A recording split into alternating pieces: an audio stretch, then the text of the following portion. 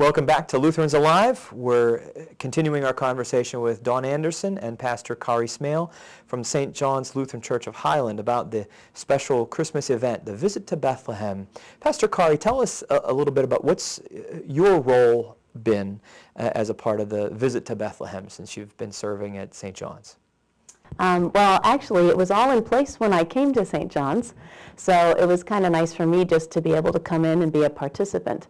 And since music is sort of one of my specialties, I get to sort of help with the music aspect of the Visit to Bethlehem. But it's a wonderful experience, and again, as someone who came into this after it was already formed, the thing that I appreciate about it, I guess, is that on surface level, obviously, it reminds us, that Christmas is about Christ, obviously, which is kind of helpful in this commercialized world we have. But Bethlehem also goes deeper than that, I think, because it does bring you into the village.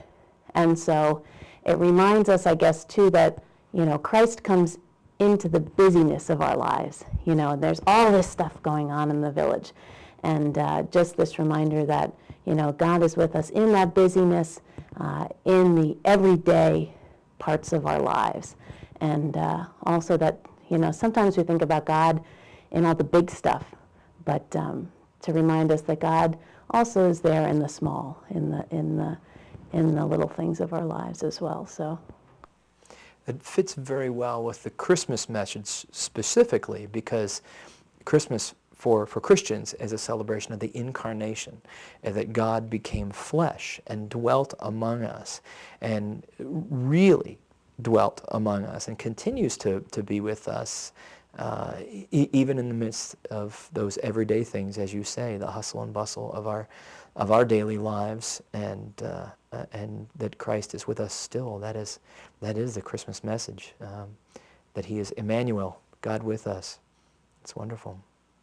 Could you tell us some more about how many people does it take? You mentioned a little earlier that there were about 80 people at that first committee meeting.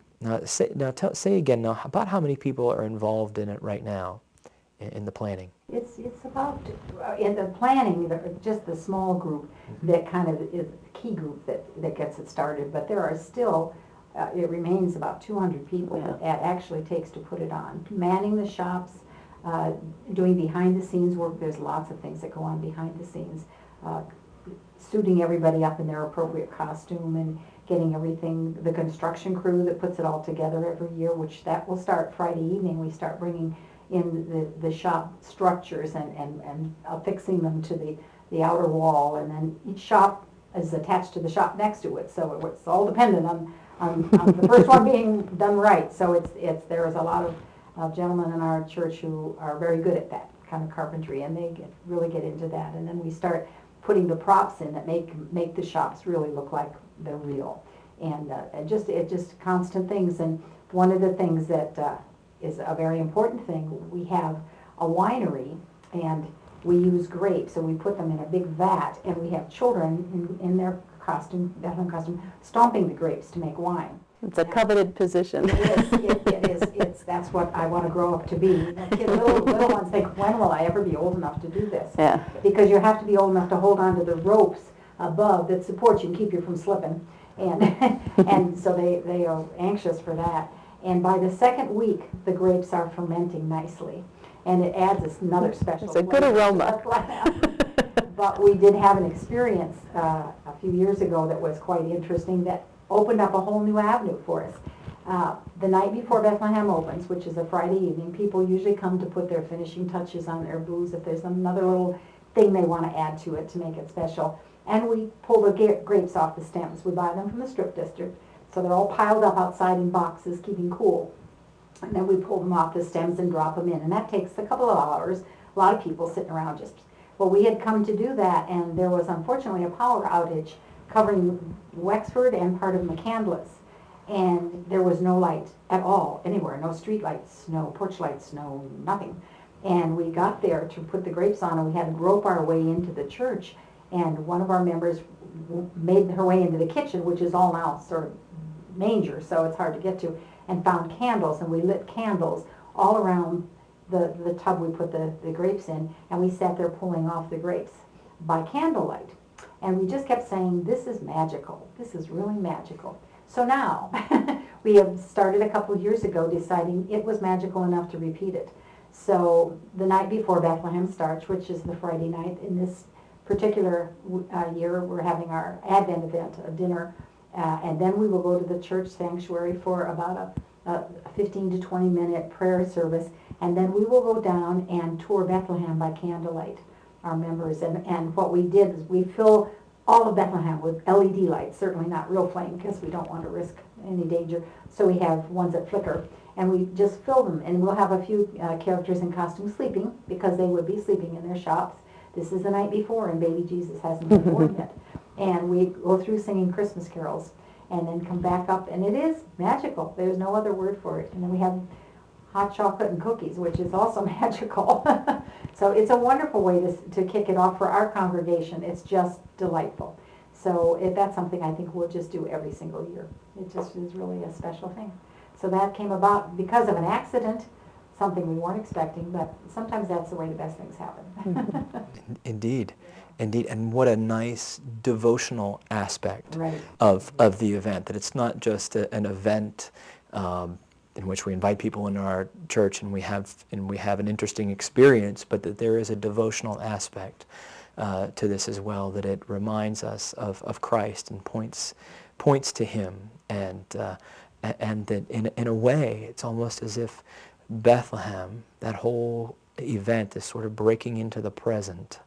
It's sort of the past and the present are meeting there. The hopes and fears of all the years are met in Thee tonight. It reminds me of that hymn. That's great. So that devotional aspect is a part of the event each time now. Right. The Yes. congregation. This will be our second time to do it, and we've decided it's something we need to have Continue every as a year. congregation. Yeah. It's a calming event because the week before is a frenzied week of activity of putting everything together, and invariably things go wrong. Things break at the last minute. Something's lost, you can't find it, and have to go out and search for another piece to take its place. And people are tired, but all of a sudden that's just, but this is what it's all about. And it really starts us off in the right frame of mind, for sure. A good way to start the season, a very holy season, Advent. That's wonderful, wonderful. What effect do you believe the event has had on the congregation over the years? That how has it strengthened the ministry, and how meaningful has that been to the congregation? Can you say a few words about that? We were just talking about that in the car, actually, how even though St. John's has been doing this for so many years, people are still excited about it in the congregation. Before we were even starting to advertise again for this year, people were asking, when are we doing Bethlehem? When are we getting together? And one of the things I think I appreciate the most, too, is the fact that it involves probably the greatest number of people for one event for our congregation. So it really gathers us together to work as a team, as a community, as a congregation on this event, and is not just a bonding experience, but also, builds up the body of Christ in this place. And so hopefully, as people go through, that's also evident as well, that it really brings us together, so to speak, and reminds us of why we are at St. John's and what our calling is. So it is kind of an exciting time for our church. We want to talk more about the specifics of the event and invite folks to come. We're going to talk more about that after another short break.